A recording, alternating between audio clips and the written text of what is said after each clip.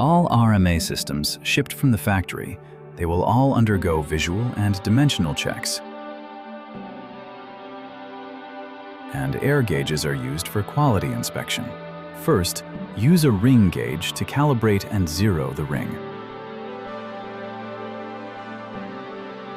The inner diameter will be measured again next. Ensure the elimination of repeatability errors.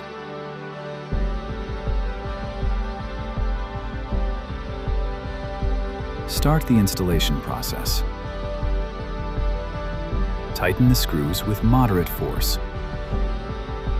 Lock using a diagonal method.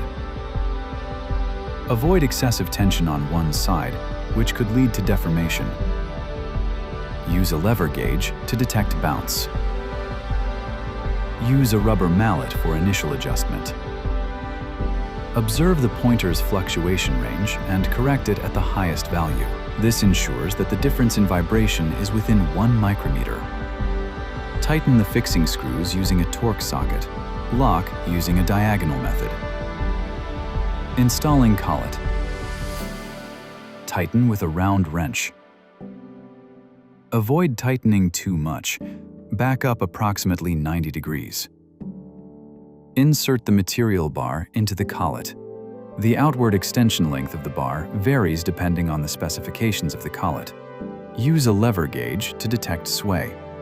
Using a T-wrench and a torque socket, lock and fine-tune at the lowest point of the sway.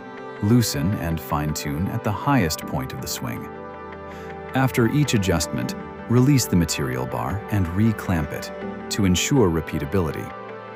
This ensures that the yaw difference is within 1 micrometer. Complete RMA system installation.